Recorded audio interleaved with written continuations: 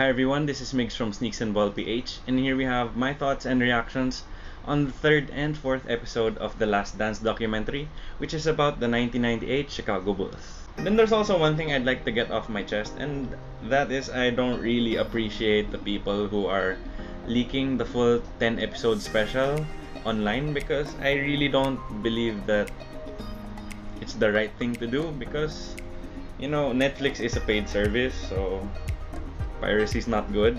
And another thing is that we all are excited every week to get 2 episodes, and then it's actually quite a nice thing that we all get to discuss it at the same time.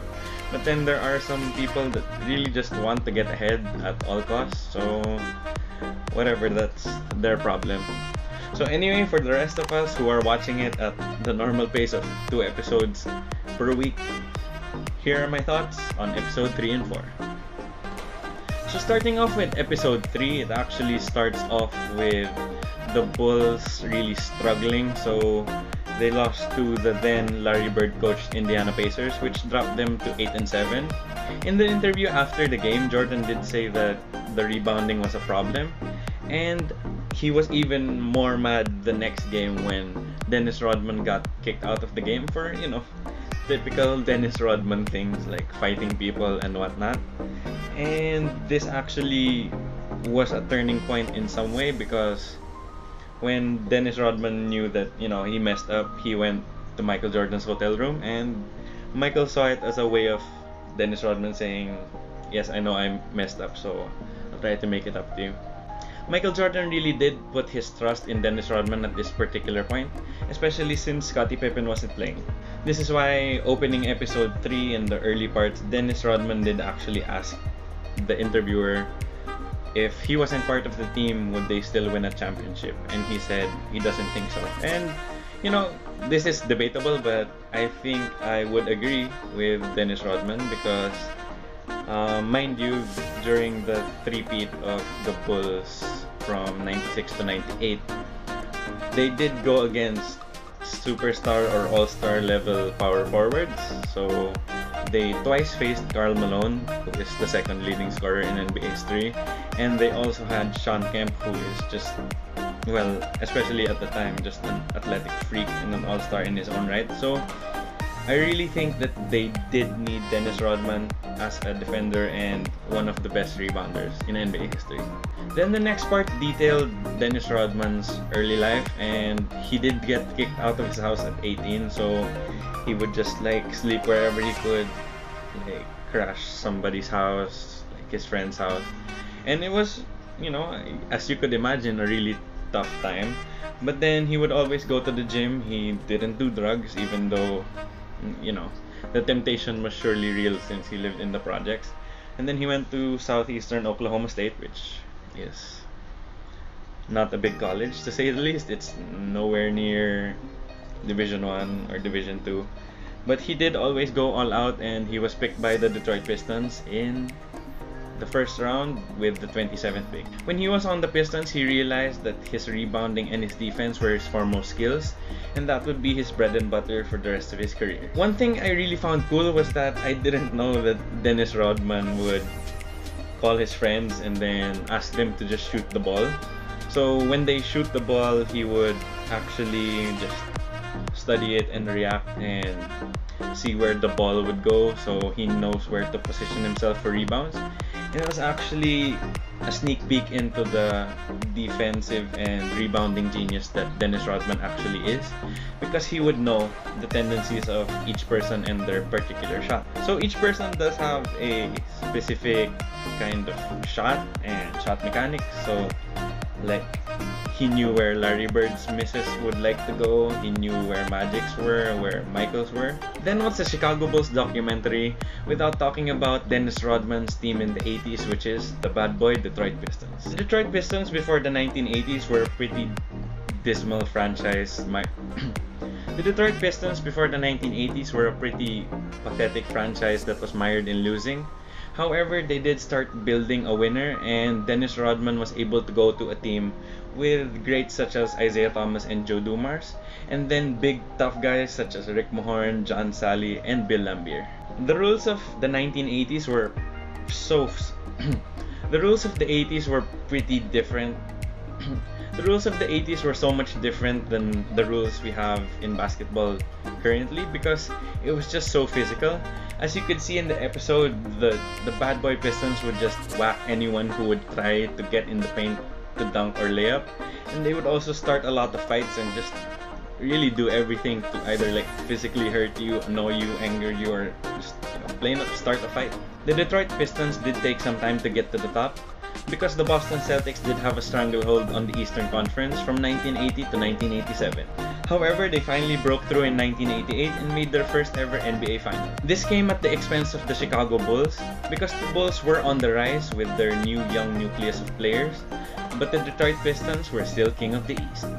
Episode 3 also detailed how Doug Collins became coach in 1986-87, and they did some funny things with Doug Collins just by showing how much he would sweat, because Doug Collins was a pretty intense guy, and Michael Jordan really appreciated that, especially when Doug Collins would do some stuff to really get Michael pumped up in practice by moving him from the winning team midway through the game and putting him on the losing team just to, test Michael Jordan. And Michael Jordan doesn't lose often, so he liked the challenge. Then, while the Detroit Pistons were clearly the kings of the East at the time, the two rising teams in the East were both the Chicago Bulls and the Cleveland Cavaliers. Of course, when you think about the Chicago Bulls and the Cleveland Cavaliers, you think of Michael Jordan's shot over Craig Elo, but Chicago really struggled with Cleveland, and Cleveland and Chicago were both part of the same division, and Cleveland actually won the season series 6-0 against Chicago. But in the playoffs, that's when the tables turned, even though Cleveland was favored by almost all of the writers. One of the things I really liked in this part was Jordan talking about how there were 3 reporters that said Cleveland will win 3-0, Cleveland will win in 4 games, so 3-1, and then the last one saying that Cleveland would win 3-2, so in the deciding game 5. So before game 5, he went out and then he saw the 3 reporters. He said, we took care of you, and he said to the one who made the prediction of Cleveland in game 5, I'm gonna take care of you today. So that was just pretty badass, and that's pretty much how Michael Jordan rolled. Game 5 was a pretty intense game. It went back and forth, and this was the deciding game of this playoff round. And Craig Elo hit a layup which gave them the lead. And then Ron Harper, being the best defender for MJ, and he knew it, and Jordan also acknowledged that the person who gave him the most trouble on Cleveland's roster was actually Ron Harper. Because people forget that Ron Harper is a legit 6'6" guard who is pretty strong and pretty long, so I really don't know what the coach was thinking, because the coach went to Ron Harper and said, Greg Elo is taking Michael Jordan. And as Michael said, and as Ron Harper acknowledged, that was a big mistake. And the rest is history. Michael Jordan hits the shot, and they were on to the next round. In the Eastern Conference Finals, the Chicago Bulls met with the Bad Boy Pistons, and they were actually doing pretty well. They actually took a 2-1 lead on the Detroit Pistons.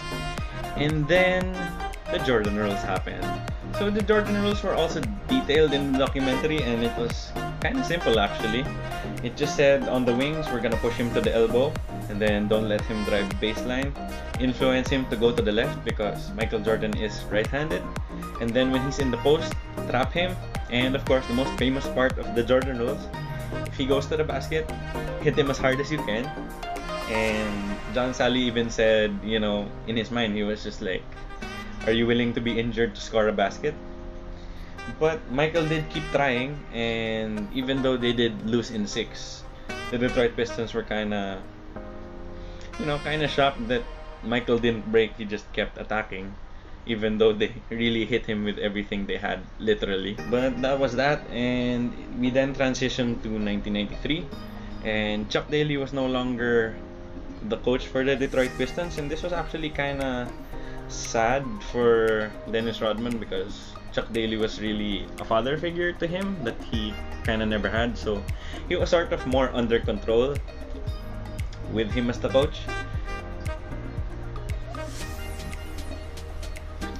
But then, you know, Chuck Daly was replaced by a new coach, and those were dark times for Dennis Rodman in 1993.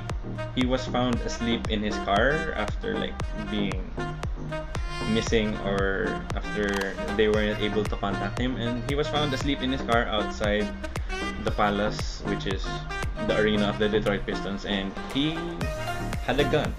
So it was both like a wake-up call and a rescue call, because he kind of figured out that he needed help. Then he started seeing Madonna, and people who know Madonna knows that she's very out there, very flamboyant, very eccentric, and this is the start of the Dennis Rodman with all of the hair, the tattoos, the nose ring, the piercings on the ears, and the end of the sort of more normal Dennis Rodman, at least by our standards. And then he was traded to the Spurs, which is kind of like a gray spot in his resume as a basketball player, because he did okay in the Spurs. He still did his usual rebounding, but he was much more of a volatile player. He had a lot of technicals, a lot of flagrant fouls, way too many ejections, way too many fights, and it actually scared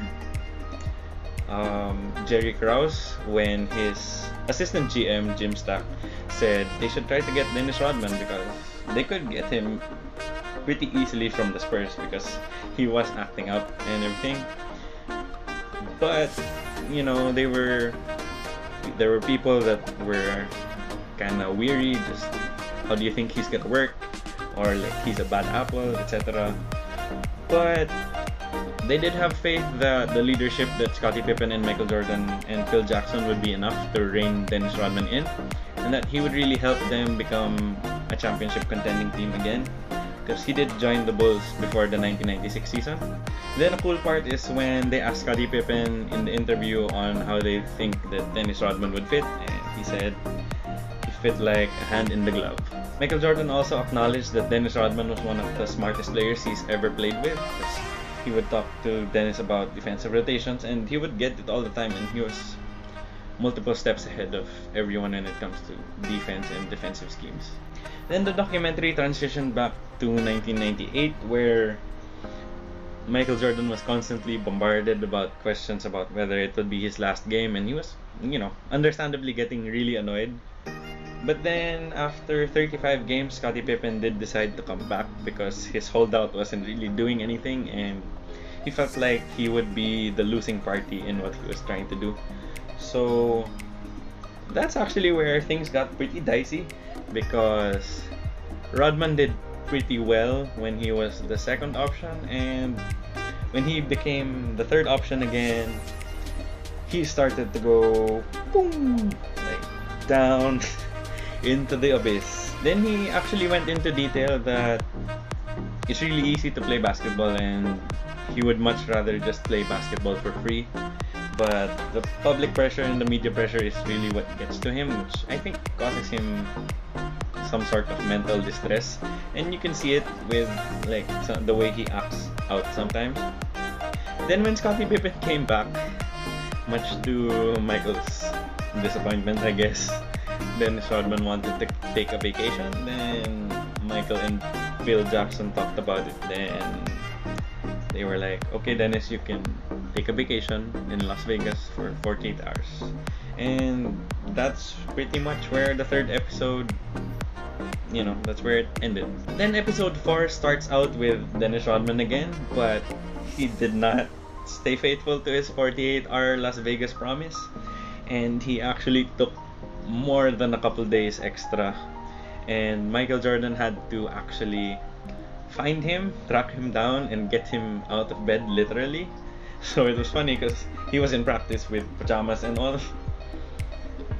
But they did understand that even though Dennis was a different personality, and you know, he does the things that he does, but he does really care a lot about winning and about the team and about his teammates. And I think the best evidence for the "I party hard but I work hard" quote from Dennis Rodman is they did an Indian drill, which is they're all in a line and they're running around the court, and then the person at the back has to catch the first player in the line, and the cycle just continues.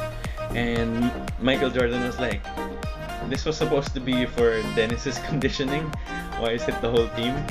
And they kind of agreed, like Steve Kerr, Judd Bushler, and Michael Jordan, whoever is in front just jogs really slow, so it's easy for the guy behind to catch up. And then what was funny is when Dennis Rodman went to the front, he freaking ran.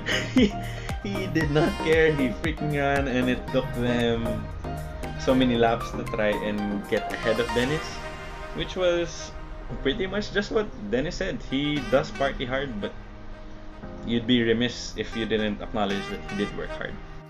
The documentary then transitions towards Phil Jackson because Phil Jackson does relate with Dennis Rodman quite a bit better than most people, and he's able to really talk to him and guide him. And they did have a sort of Native American bond, which is like Indian artifacts and whatnot, bear claws, and the sort of stuff that Phil Jackson was detailing that Dennis also really likes. And then in Native American culture, he did call Dennis a Hioka, which is a backwards walking person. So essentially, it's a person with, quite a bit of quirks, which Dennis Rodman was.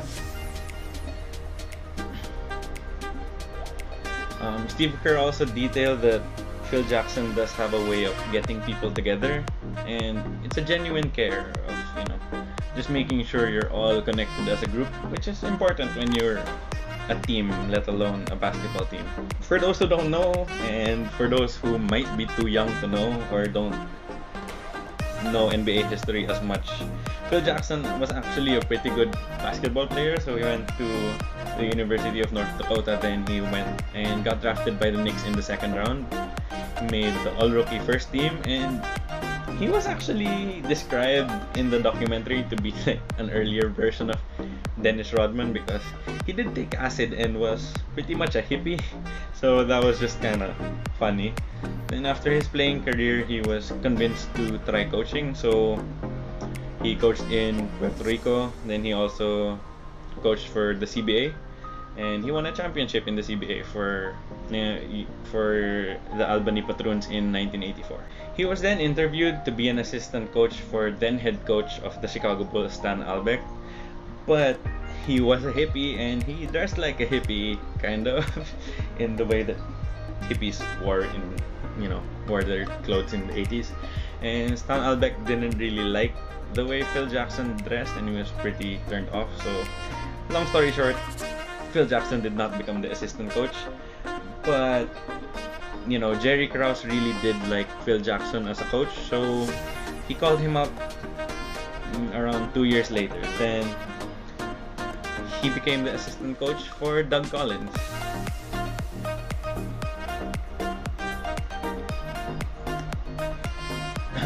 Phil Jackson also had assistant coach Tex Winter at his Doug Collins would Phil Jackson would also have a mentor on the coaching staff, which is assistant coach Tex Winter.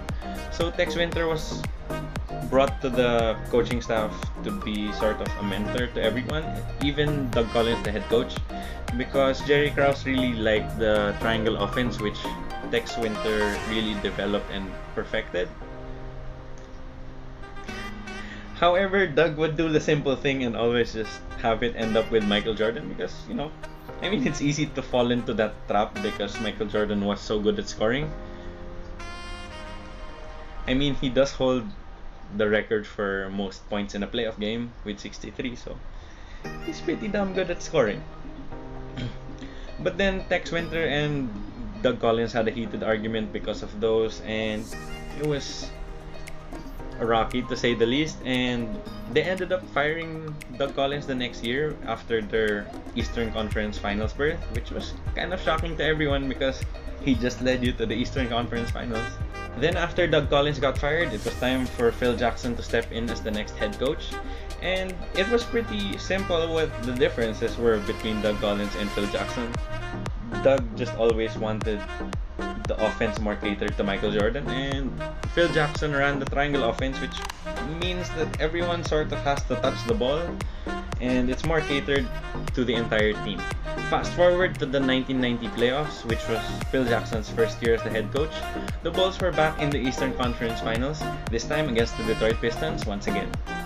It goes to Game 7, which is famously the Scottie Pippen migraine game of the Eastern Conference Finals. And, you know, Scottie Pippen gets a lot of flack for this game, but you know, I don't really blame the person. He did have a legit migraine, and if you haven't experienced a migraine yet, it's just the suckiest feeling. Like, there's varying degrees to a migraine, but judging by what the teammates of Scottie were saying and what Scottie was saying himself, like, if a migraine's bad enough that you want to throw up and that you can't really see straight, like, you have no business playing in a game. Like, just none at all. So it was unfortunate, but they did end up losing in Game 7 to the eventual champion Detroit Pistons. And the locker room was very quiet because they really thought they had their chance. It was Game 7, it was just one game, you could get to the NBA Finals. But that really bonded the team, and no one went on summer vacation, and they all started to weight train and go to the gym and get more shots up, practice some more. And this was just how focused and locked in they were even before the 1991 season started. It also shows that before the Pistons, Michael Jordan didn't really weight train, but then just when, you know, the Jordan rules were being implemented, like, that stuff hurt, and Michael Jordan didn't really have a lot of muscle at the time, so he had to really start adding muscle. However, Tim Grover, which is Michael's legendary trainer, did say that it was hard to add muscle because Michael Jordan did practice really hard and played a lot of minutes, so he was burning a lot of calories. They got his weight from 200 up to 205 and eventually got him up to 215. And Tim Grover also gave some insight on just the killer mentality that Michael Jordan had, because if ever Tim Grover asked for 6 reps of a certain exercise, Michael Jordan would just go and do 12. He was also really sick and tired about the whole narrative that he's just a scorer and he can't make his teammates better. So he really did his best during the 1991 offseason to push his teammates to excel and, you know, really hold them accountable and really focus on his teammates, because he always really practiced hard and trained hard, but that was mostly for himself. And now he would just be a lot more vocal and involve people a lot more. He also made Scottie Pippen a real focal point because he knew that if they were to go anywhere, they really needed Scottie Pippen to excel at the highest level that he could. BJ Armstrong, the point guard for the Bulls teams from the early 90s, did say that Michael Jordan really had a great effect on Scottie's mental focus in the game. And it was really nice because Scottie knew that he had Jordan to count on, and Jordan knew that he had Scottie to count on as well. Attention was also brought to Horace Grant, who was pretty much beat up because, as I said, they did have really physical big men for the Detroit teams, and the power forward for those Bull teams was Horace Grant, and he got a lot of the punishment. And Jordan just really kept trying to tell him that he can't whine, he can't complain, because once he does start to whine, the Detroit Pistons know that they got him, you know, they got into his head. They were so focused in that season that when they met the Detroit Pistons again, they actually swept them, and right before they got swept in Game 4, Dennis Rodman just shoved Scottie Pippen to the floor, which was such a dangerous play. Like, I don't know how many games he'll be suspended for that in the NBA today. But they did issue a flagrant foul, and a sign of maturity for Scottie Pippen and the whole team was nobody really retaliated. Scottie Pippen didn't show any emotion. He was just like, okay, you're gonna push me, so what, we're still gonna, you know, kick your butt and send you home for the summer. So after that, the Pistons really knew that their time was up, and that was also the infamous game where Isaiah Thomas walked out before the final buzzer and never shook their hands, as in all of the bench didn't shake the Chicago Bulls' hands, and that was a big controversy, and they looked at it a little bit in the documentary. Michael Jordan did, you know, give his thoughts that it was a pretty lowly move of them, because that's just sportsmanship. Like, whether or not you win or lose, you know, you really have to just show your sportsmanship in any situation. Then they went on to face Magic Johnson and the Los Angeles Lakers in the finals. Then they lost game 1 because, it's your first time in the finals. They didn't really play well, but the game was pretty close. And after game 1, they started putting Scottie Pippen on Magic Johnson, and that worked out to their advantage, and they ended up winning the series. However, in game 5, it was also a really close game, and this is where I see the full extent of Michael Jordan's growth as a player, because he did trust his teammates throughout the season, but it was soon to be seen whether he would really trust his teammates in the biggest moments, because normally Michael would do the thing where, okay, I'm gonna take the shot, I'm gonna get us out of this situation. But Phil Jackson told him specifically to look for John Paxson, who was pretty much the designated shooter for the early Chicago Bulls teams, and he made good on all of those open shots, and they ended up winning the championship. And Michael Jordan really grew as a playmaker and not just a scorer. After that, the documentary does go back to 1998, where before the All-Star game, Jerry Krause did it again. He said it again that, he's not bringing back Phil Jackson, and Michael Jordan did say that he's not playing for any other coach. So, go figure, right? It was so much controversy, and they did face off against the Utah Jazz, which is the team they faced in the 1997 NBA Finals. And the Bulls were actually doing pretty well. But then the Utah Jazz team came back and ended up winning and sweeping the season series against the Chicago Bulls. So thank you, Jerry Krause, because that was a distraction nobody needed at the time. And that is where episode 4 ended. So my overall reaction to episodes 3 and 4 is that I actually really enjoyed it. I think I slightly enjoy it more than episodes 1 and 2. Maybe I'm biased because I really like Phil Jackson as a coach, and I also really idolized Dennis Rodman growing up as a defender and rebounder. There's a lot of things that you can learn about those Bull teams and the people involved, from, as I said, Dennis Rodman, Phil Jackson, even Michael Jordan. And these are things that most people can relate to, especially if you play basketball. Like for my case, for example, I'm not like a professional basketball player, but I really like playing basketball, and I've made some varsity teams before. So what used to happen was I was a bit skinnier, especially when I was playing Ultimate Frisbee as a second sport. So I would get pushed around a lot, and weight training really did help me out, which is also the case with Michael Jordan and Scottie Pippen, because when you see Scottie Pippen when he first came into the league, and same with Michael Jordan, they were pretty wiry. They were strong, but nowhere near as strong as they needed to be to really dominate in the NBA, especially in the playoffs where it's a lot more physical. I also really like the episode because you do see what makes these people great at what they do.